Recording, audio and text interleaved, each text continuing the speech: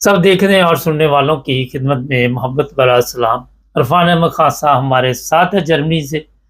और ये मैं बता दूं कि श्वार्ज़ारबाइट, अब जर्मन में रहने वाले ये समझते हैं कि श्वार्ज़ारबाइट क्या होता है, जो बगैर पेपरों के काम किया जाता है। वहाँ पे पुलिस ने खलबली मचा दी है और कितने लोग पकड़े गए, कहाँ कहाँ छापे पड़े। खासा बड़ी तादाद में लोगों को पकड़ा गया है।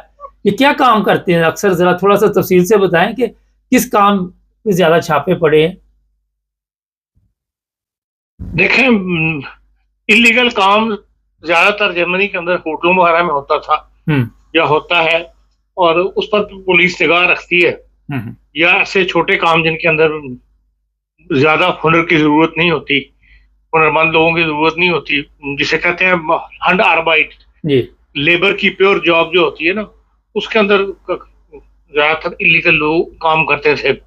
लेकिन अब जर्मनी में कुछ अरसे से, चंद सालों से, जो कॉस्मेटिक सैलून्स हैं जहाँ पे ये औरतें नाखून वगैरह बनवाती हैं या पैरों का मसाज करते हैं, ये पैरों को जो कार्रवाई वगैरह करते हैं इसकी कॉस्मेटिक की, उनके सैलून्स बहुत कसरत से खुल रहे हैं। हर 10 कदम पे आपको सैलून मिलना शुरू हो गया।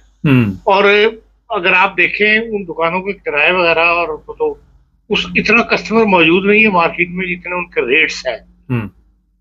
वो रेट से बना दिया कि जो उनको किराए वगैरह देने पड़ते हैं, सैलून को सजाना पड़ता है, तो इस लिहाज से वो एक अच्छा सा वो खर्चा करना पड़ता है उसके ऊपर, उस सैलून को चलाने के लिए।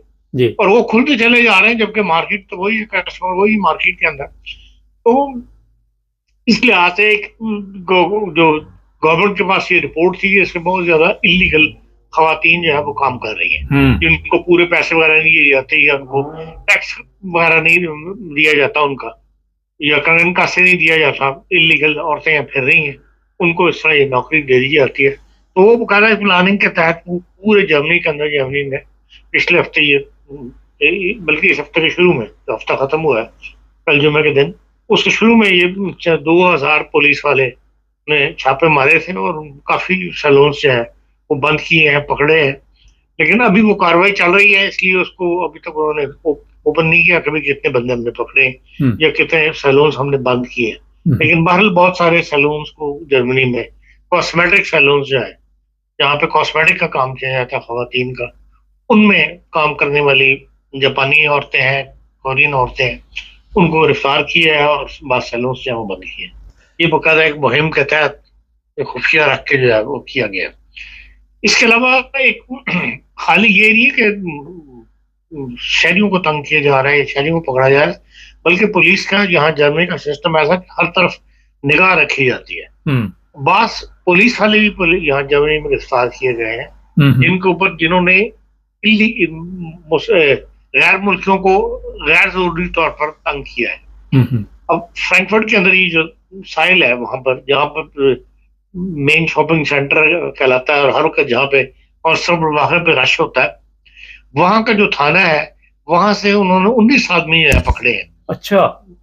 स्टार्टर वर्कशॉप ने, जो एडवोकेट जनरल पंजाब का अफसर है, वो कब से उनको फॉलो कर रहे थे कि वो एक ही किस्म की जो FIR जो है, जिसको हम कहते हैं, वो तैयार की जाती है, जिसका मजमून भी एक किस्म का होता है, और वो सब गैर मुल्कों के खिलाफ, और उनको अंदर बंद करके तो उनको तशद्दुद किया जाता रहा, और बाद में उनको FIR, इस किस्म के FIR दर्ज कर दी गई है।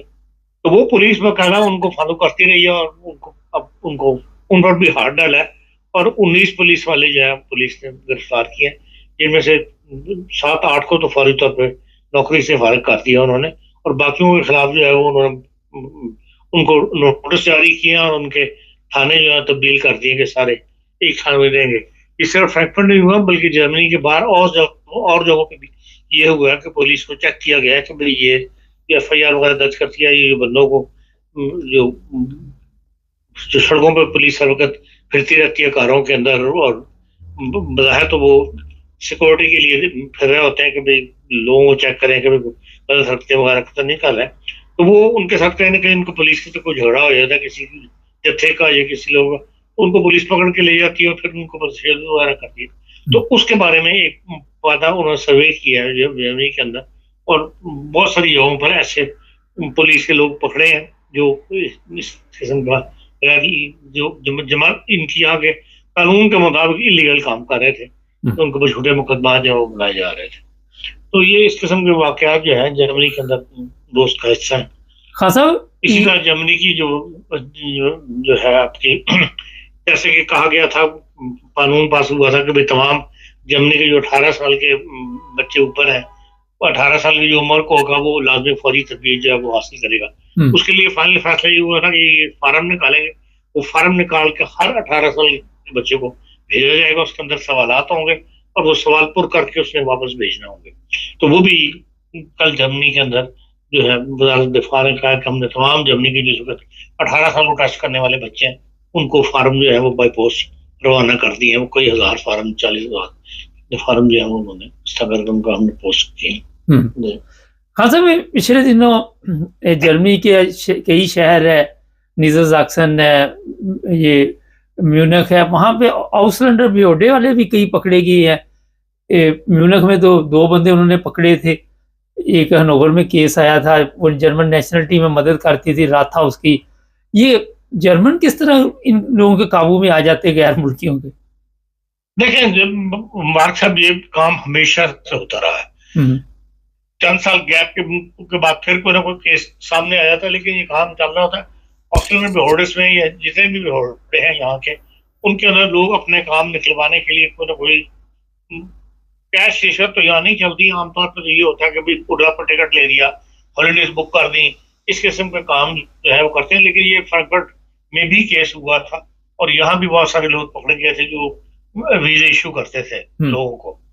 वो और इसके अलावा भी और जर्मनी के बाद शहरों में भी ऐसे वाकया जो है वो इक्का दुक्का होता है। कोई ना कोई ज़ाहिर इतना हजारों का स्टाफ होता है, सैकड़ों का स्टाफ होता है, उसके अंदर 1-2 बंदे ऐसे करप्ट निकल आते हैं जो खरीद लिए जाते हैं या जिनको बात लोग दाना डाल के तो अपना काम निकलवा लेते हैं। अच्छा, एक चीज़ मैंने वैसे कई प्रोग्राम में बताई है कि ये जो सर्टिफिकेट लेते हैं लोग 2 नंबर, उन पे भी गहरी नज़र इस वक्त जर्मन गवर्नमेंट की है और 10 साल तक दोबारा आप जर्मन पासपोर्ट नहीं ले सकते। वैसे ये पहले बताया हुआ है, लेकिन नए आने वालों के लिए ये मेरा ख्याल है एक इन्फॉर्मेशन ज़रूरी थी। खास साहब, सियासी पनाह पे थोड़ी सी बात करें। आज मुझे एक जर्मनी से कॉल आई, वो कहने लगे कि पहले तो 18 महीने तक कैंपों में रखते थे, अब इन्होंने 2 साल कर दिया। तो ये सियासी पनाह जो है इस वक्त जर्मनी के लिए एक चैलेंज बना हुआ है। इसमें एक बड़ा अहम सवाल है कि जिन लोगों को वाकई प्रॉब्लम है पाकिस्तान में, फ़र्ज़ करें हमने तो पाकिस्तान की बात करनी है, उन लोगों के केसों में यहाँ पे कोई बड़ा स्लो हो रहा है। क्या वजह है? आज मैंने जब आपको सुबह का फ़ोन मैसेज किया था, आपने कहा मैं भी कोई सियासी पनाह के बारे में लोगों की हेल्प कर रहा था, क्या कर रहा था मुझे तो नहीं पता। तो ये बताइए, बड़ा स्लो सिस्टम चल रहा है ये सियासी पनाह का। स्लो सिस्टम इसलिए चल रहा है कि 2 मिलियन आदमी इस वक्त इकट्ठा हुआ है जिनके केसेस हैं। दफातर तो वही है ना, तो और तादाद अब जाके कम होनी शुरू हुई है। पहले तो मुसलसल दुनिया आती चली जा रही थी, तो जो पहले उसी पे काम के मतलब काम का लोड इतना था, जो इन्होंने असाइलम के जो सेंटर्स बनाए हुए हैं जगह जगह, जैसे एशियन में रीजन के अंदर बना हुआ है, तो इसी तरह हर सूबे के अंदर सेंटर्स बने हुए हैं। वहां पे इतना रश ज्यादा था कि आगे फाइलें मूव करना ही मुश्किल बना हुआ था। अब ये है कि भाई इस साल कहते हैं जो जर्मन गवर्नमेंट कह रही है कि भाई हमारे पास 50% से भी कम लोग हमने दाखिल होने दिए, हमने काबू पा लिया है। लेकिन दूसरी तरफ ये भी तो देखें कि जो लोग आ रहे हैं उनको बात समझाना बड़ा ही मुश्किल है। सो मेरे आप समझ लें कम से कम 2 घंटे जो है वो जाया हो गए इस बात के ऊपर, उस बंदे को ये समझाने को जिस मुल्क के अंदर तूने टच कर लिया है वो तू पकड़ा जाएगा। अब जहां अगर जर्मनी में असाइलम लेगा तो उसी वक्त तेरे फिंगरप्रिंट पकड़े जाएंगे। और अब हालात ऐसे हो गए हैं कि वो विद इन 3 मंथ या 4 मंथ आपको वहां रिपोर्ट कर देंगे। पुलिस खुद तुझे उस बॉर्डर के बाद छोड़ेगी इस मुल्क से तू एंटर हुआ है। लेकिन उसको ये बात समझानी है, एक सिंपल बात जो थी, नहीं हम ये कर लेंगे, हम ये कर लेंगे, हम ये सर्टिफिकेट दे देंगे, वो उसी फंडाजी के अंदर दुनिया जो है वो रह रही होती है कि जी मेरा बाप यहाँ पे है, मेरी बहन यहाँ पे है, मेरा फलाना बंदा यहाँ पे है, और तो उस वजह से हमारा केस भी मंजूर हो जाएगा, हम यही रह जाएंगे।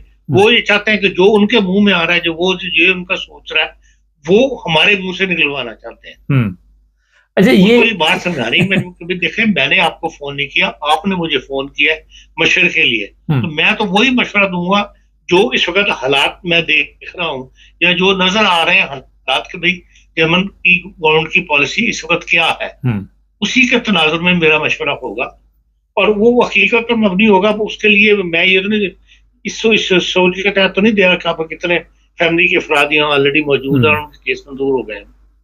यहाँ तो पे ये आने वालों को भी सोचना चाहिए जी कि भाई जो जिस किस्म के असालम के हालात बड़ी तेजी से बदल रहे हैं अब जर्मनी के अंदर, नेशनैलिटी के हालात बड़ी तेजी से बदल रहे हैं जर्मनी के अंदर। इस तरह आम नेशनैलिटी मिल जाए, अप्लाई करो, अब वो हालात नहीं रहे जर्मनी के अंदर। यही हाल असालम का है। असालम पॉलिसी रोज तब्दीलियां आ रही हैं, आप देख रहे हैं। अब फिर इस पहले 6 महीने के अंदर अभी गवर्नमेंट को आए कितना अर्सा हुआ, एक आती पॉलिसी इन्होंने दी थी, अब फिर कहते हैं कि इसे 26 के पहले 6 महीने में एक नई पॉलिसी लेके आ रहे हैं। तो उन हालात को भी देखना चाहिए जिससे हम जो मुल्क में पॉलिसियां बना रहा है, इस मुल्क में हम आए हैं, उसके तनाजुर में अपने फैसले करने चाहिए। ये भी एक मसला है जो आने वाले को समझाना जरूरी है। जी। अच्छा, यूरोप में जब आप 18 साल के हो जाते हैं तो अपना अपना बंदोबस्त है, वो फिर आप किसी भी मुल्क में रह रहे हैं, गवर्नमेंट इसकी पाबंद नहीं है। और जो जर्मनी में रहते हैं उनके लिए भी कई जगह मुश्किल है। हाँ, कोई बीमार हो, दूर भेज दिया, वो भी डॉक्टर बकायदा चेक करते हैं, बड़ा लंबा चौड़ा, वो भी फिर आपको इकट्ठे रख सकते हैं। जर्मनी के अंदर की मैं बात कर रहा हूँ। खान साहब, आखिर पे ये थोड़ा सा बताइए, हमारे जो पाकिस्तानी उनके सियासी पनाह जो जर्मनी में है, उनके क्या हालात है, मंजूर हो रहे हैं? सूबों पर डिपेंड करता है। सुबह सुबह की जो फरवार्डुम रिश्ते हैं, बास फरवार्डुम रिश्ते मंजूर कर रही हैं, बास फरवार्डुम रिश्ते मंजूर नहीं कर रही। आजकल के हालात ये हैं कि इसके अंदर पाकिस्तानी केसेस कम लग रहे हैं। एक बहुत चलता है कि वो एक मुल्क को पकड़ते हैं, उसके केसेस ज्यादा लगा देते हैं, जो हम देखते हैं। तो उस रूटीन में आजकल पाकिस्तान के केसेस जो है हम देख रहे हैं कम लग रहे हैं, उस रफ्तार से नहीं जैसे रफ्तार से पहले लगा करते थे। अब ये लंबा स्टे है, लेकिन रिजेक्ट भी हो रहे हैं और मंजूर भी हो रहे हैं, दोनों कैफियत मौजूद है। ये आपके उस पर डिपेंड करता है जो आपने बयान दिया हुआ है। अगर उस बयान के अंदर झूठ पकड़ ले जज, तो जाहिर है फिर उसकी भी नौकरी है या उसका भी मान ले, एक अपना बैरूफ है जिसके अंदर वो फैसला करते हुए उसको मद्देनजर रखता है। तो झूठ की बिना पर जो है वो पहले एक जमाना यकीनन था कि फिर बास जजेस थे वो मदद किया करते थे आपके, आपसे जिरा करते हुए, आपसे सवाल पूछते हुए, या आपके सवाल के अंदर कुछ झोल जवाब में कुछ झोल होता था तो वो उनका सवाल अगला इस किस्म का होता था जिससे पता लगता था कि ये आपकी मदद कर रहा है कि आप। अब वो हालात नहीं रहे जर्मनी के अंदर। अब तो ये कभी सीधी बात करो, और ना ही लंबी प्रोटोकॉल चलती है। ज्यादा इलेक्शन आती है तो जल्दी केस खत्म करके वो घंटे 45 मिनट की आधे घंटे की प्रोटोकॉल करके केस को उड़ा रहे हैं। बहुत शुक्रिया खान साहब का। ये थे जनाब जर्मनी के हालात, क्योंकि जर्मनी में हमारा चैनल 50% लोग देखते हैं और कोशिश होती है कि आपको जर्मनी के बारे में इंफॉर्मेशन देते रहें। खान साहब ने बिल्कुल दुरुस्त फरमाया कि पहले काफ़ी अदालतों का रवैया जो था, लोगों के साथ ज़ाती तौर पे हमदर्दी भी रखते थे, लेकिन आहिस्ता आहिस्ता ज़ारा इतना बंदा आ गया, इतने सियासी पनाह ले आ गए।